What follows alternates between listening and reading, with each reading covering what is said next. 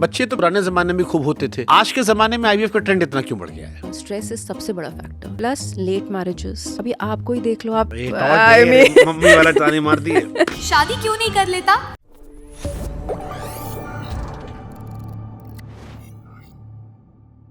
अच्छा, बच्चे तो पुराने जमाने में खूब होते थे, बाबा के मेरे 10 थे।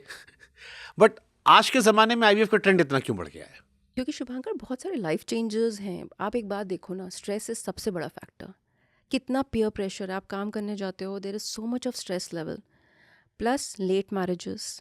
अभी आपको ही देख लो, आप मम्मी वाला ताने मार दिए। ठीक है, हाँ। अब आपको ही Good. देख लो ना, आप शादी नहीं कर रहे हो। कितना आजकल लोग, everybody wants to work first, late marriages. मतलब ठीक है, अब किसी किसी कट जाता तो क्या करे इंसान, हाँ। फिर काम करता रहता किसी है किसी का इंसान। नहीं, बहुत लोगों का।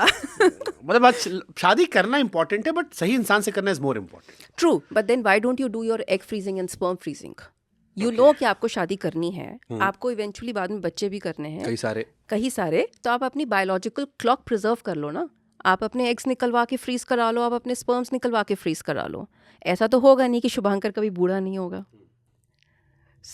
बहुत सारे शुभांकर भी बहुत सारे शुभांकर भी चाहिए, तो स्पर्म फ्रीजिंग तो बनता ही है। किस एज में, मतलब क्या एज ब्रैकेट सबसे परफेक्ट होता है एग फ्रीजिंग का?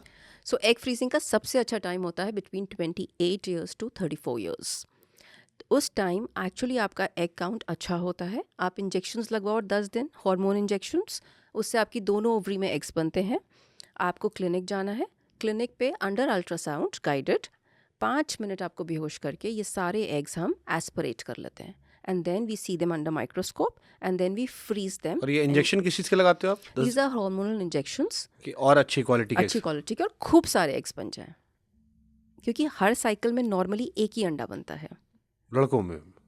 लड़कों में तो मिलियन ऑफ स्पर्म्स होते हैं एक एजैकुलेट। हम अपनी बात करें, लड़कों की बात कर रहा हूँ मैं। तो लड़कों को कुछ नहीं करना है, उनको एक बेसिक अपना ब्लड टेस्ट करना होता है। हमको तो इंजेक्शन लगवाना 10 ना। नहीं, आपको नहीं लगवाने। For sperm freezing it is only one sample. हाँ, तो हमारे लिए तो आसान है बहुत। लड़कों के लिए तो हर चीज बहुत आसान है।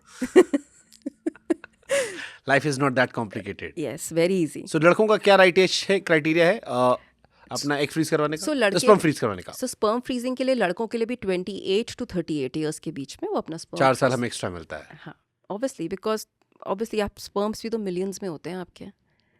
सो जो ये आईवीएफ के जरिए बच्चे होते हैं, जैसे मान लीजिए मैंने अपना स्पर्म फ्रीज करा दिया, जो मेरा बच्चा होगा वो नॉर्मल बच्चे की तुलना में बेहतर होगा? See, normally they say that IVF babies are more intelligent than normal babies, some percentage. But you have to be careful also, because IVF में 2 से 4% जेनेटिक डिसऑर्डर्स होने के भी चांसेस होते हैं। सो इसीलिए जब हम IVF करते हैं, so as our clinic we are very very technologically and scientifically strong. So हम जो एम्ब्रियोज यानी भ्रूण बनाते हैं अंडा और स्पर्म मिला के, उनकी हम आनुवांशिक जांच भी करते हैं, जिसको PGTA टेस्टिंग करते हैं। PGTA टेस्टिंग यूजुअली उन कपल्स में हम करते हैं जिनकी उम्र 35 से अधिक है, 1 या 2 IVF साइकिल फेल हो चुकी हैं और स्पर्म काउंट कम है, या फिर बार बार उनको अबॉर्शंस यानी बार बार उनको रिकरेंट अबॉर्शंस 2-3 बार उनका बच्चा खराब हो गया हो। ऐसे केसेस में अगर हम आनुवांशिक जांच करें एम्ब्रियोज की, सो चांसेस बहुत बेटर हो जाती हैं, एंड इससे फिर बेबी भी जेनेटिकली हेल्दी होता है। ओके, नॉर्मली सक्सेसफुल कितनी बार में होता है? मतलब एक एवरेज क्या आता है इसमें? पहली बार में लोग सक्सेसफुल होते हैं आईवीएफ में या मल्टीपल टाइम्स? तो IVF का success depends on lot of factors. Age क्या है फीमेल की, मेल की एज क्या है, एग क्वालिटी कैसी है, आपने इंजेक्शंस कैसी क्वालिटी के लगाए हैं, आपकी लैब कंडीशंस कैसी हैं, एग कैसा निकला, मैच्योर था कि नहीं, एम्ब्रियोज कैसे बने babies after putting sperm, sperm की मोटिलिटी, मॉर्फोलॉजी, स्पर्म फैक्टर्स, और फिर ट्रांसफ़र जब करते हैं तो उसका यूट्रस कैसा है, उसमें कोई फाइब्रॉइड तो नहीं है, एंडोमेट्रियोसिस तो नहीं है, एंडोमेट्रियल लाइन जहाँ बेबी स्टिक होता है वो अच्छी बनी है कि नहीं। सो बहुत सारे फैक्टर्स पे IVF डिपेंड करता है। अगर सब कुछ अच्छा दिखता है, बहुत अच्छा, और आप जेनेटिक टेस्टिंग भी करते हो एम्ब्रियोज को डालने से पहले, तो चांसेस यूजुअली 60-65% रहते हैं। जो मैं अगर ऑन एन एवरेज समझना चाहूँ कि 10 कपल अगर आपके पास आए हैं जिनकी उम्र 28 से लेकर 35, 36, 38 साल के बीच में है, उनमें से पहली बार में कितना सक्सेसफुल रेट है अप्रॉक्सीमेटली, अगर मैं So समझना out of 10 couples in our clinic, 6 to 7 couples usually conceive if there is not a very major problem. First time में? फर्स्ट टाइम में. Now because with higher technology, आपकी lab conditions अच्छी हैं, आप अच्छा मीडिया यूज़ कर रहे हो, your doctors are well trained, आप जेनेटिक टेस्टिंग करके डाल रहे हो, your testing everything, so chances are very very good. और होम आईवीएफ में और क्लिनिक आईवीएफ में भी ये रेट सेम रहेगा या इसमें डिफरेंस होने के चांसेस है? क्योंकि यहाँ मॉनिटरिंग आप डायरेक्टली नहीं कर रहे हो, आप एक नर्स से भरोसा कर रहे हो, वो काबिल है मान रहा हूँ मैं, बट ये आपके अपने एम्प्लॉयड लोग नहीं है. सो यहाँ पे ना हम मॉनिटरिंग हम ही कर रहे हैं. सो हम सिर्फ इंजेक्शंस लगवा रहे हैं नर्स से. एनीवेज जब पेशेंट क्लिनिक पे भी आता है तो हम उसको 4 दिन का इंजेक्शन पैक ही करके देते हैं कि भाई ये 4 दिन का इंजेक्शन है, आप बगल में नर्स से लगवा लेना. यहाँ पे भी तो हम यही कर रहे हैं. हम बस इंजेक्शंस पेशेंट्स को भेज रहे हैं, पेशेंट्स घर पे ही इंजेक्शन नर्स से लगवा रहा है, वो बगल से एक अल्ट्रासाउंड मॉनिटरिंग करके हमें भेज रहा है, और अल्ट्रासाउंड का फॉर्मेट भी हमारे फॉर्मेट पे है. तो हमें प्रॉपर पिक्चर्स और फॉर्मेट आता है जिसके बेसिस पे हम फिर आगे स्टिमुलेशन करते हैं.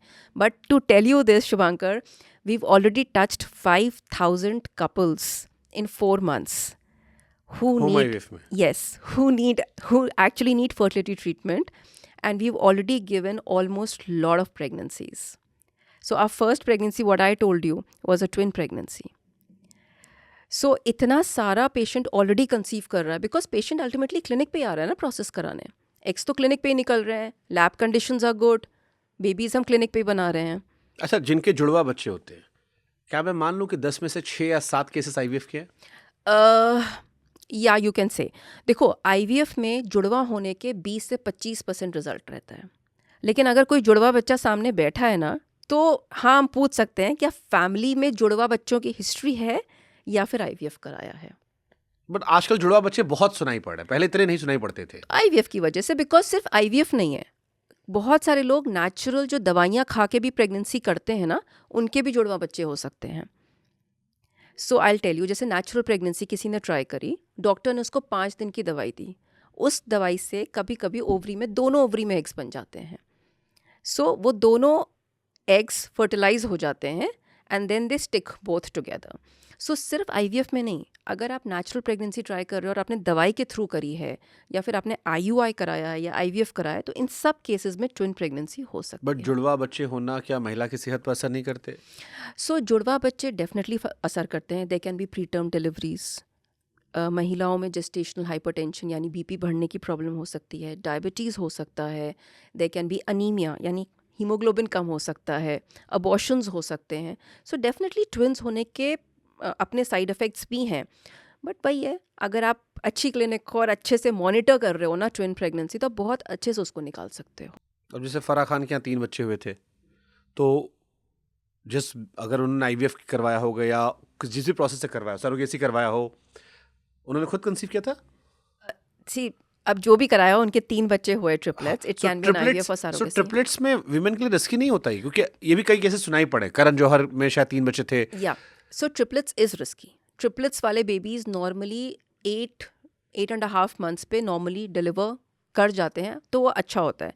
लेकिन ट्रिपलेट्स यूजुअली कभी कभी जल्दी भी डिलीवर कर सकते हैं, प्री टर्म डिलीवरीज भी हो सकती हैं. And I delivered quadruplets. मैंने 2 बच्चे डाले थे और वो दोनों अंदर जाके यूट्रस में स्प्लिट हो गए. मेरे हाथ में कुछ नहीं था, दैट वाज नेचर. एंड उसके 4 बच्चे थे, उसने मना कर दिया कि मुझे कोई रिडक्शन नहीं कराना. नॉर्मली अगर 2 या 3 या 4 बच्चे होते हैं तो 3 महीने की प्रेगनेंसी पे आप बच्चे रिड्यूस कर सकते हो. बट शी सेड मुझे रिड्यूस नहीं कराना. एंड 35 वीक्स यानी 8.5 मंथ्स पे मैंने ये 4 बच्चे डिलीवर किए थे. सही सलामत? सही सलामत. 4 बच्चे? 4 बच्चे, 3 girls 1 boy. So Times of India had covered this story also. Nice. बहुत सारे मेरे पास क्वेश्चन भी आए थे ऐसे ही रैंडम. सीरियस क्वेश्चन पे जाने से पहले कुछ ही धमाके वाले क्वेश्चन पूछ लेते हैं. ये एक डिज़ाइनर बेबी बड़ा कॉन्सेप्ट चला है कि आईवीएफ वाले डिज़ाइनर बेबी मांगते हैं, हमारा बच्चा ऐसा होना चाहिए. अरे बहुत सारे, मतलब पीपल काम की, मुझे ना स्माइल शुभांकर जैसे, होंठ शुभांकर जैसे, हाँ, आंखें ऐश्वर्या शुभांकर जैसी हो. जैसा दिखता हो. तो मैंने कहा फिर आपको शुभांकर को लेकर आना पड़ेगा to get semen sample also. मैंने अभी डोनर बनने का काम नहीं शुरू किया. बन सकते हो शुभांकर. मैं ठीक ठाक काम एक धंधा शुभांकर डोनर भी एक मूवी बन सकती है. मतलब ठीक है, मेरे बाबा के 10 थे, मुझे नहीं चाहिए 10।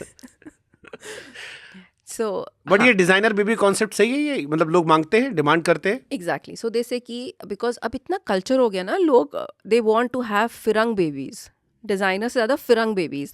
We need somebody with green blue eyes, we want fair but they not complexion. Scared कि पड़ोसी बोलेगा कि भाई किसके बच्चे हैं ये। अभी नहीं, अभी नहीं, अभी तो बहुत सारा देखो, जो एक्चुअली जो और टीयर 2 टीयर 3 सिटीज से आते हैं ना कपल्स, वो थोड़ा वरिड रहते हैं कि हाँ मेरा बच्चा मेरे जैसा दिखना चाहिए.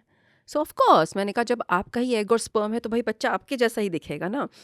लेकिन some people they come and they tell me कि मुझे ना बहुत फेयर बच्चा चाहिए, मुझे लंबा बच्चा चाहिए, मुझे बच्चा चाहिए जिसके थोड़े से कर्ली बालों, स्पेशली आफ्टर अब्राहम, शाहरुख के बेटे के बाद. So there was a big controversy कि हमें ऐसे बच्चे चाहिए. बट दिस इज़ ऑल यार परसेप्शन, लोग परसेप्शन पे जी रहे हैं कि अब वो कुछ भी हो सकता है. सो आई टेल देम भाई देखो जैसा स्पर्म होगा, जो ऐसा एग होगा, वैसा ही बेबी होगा.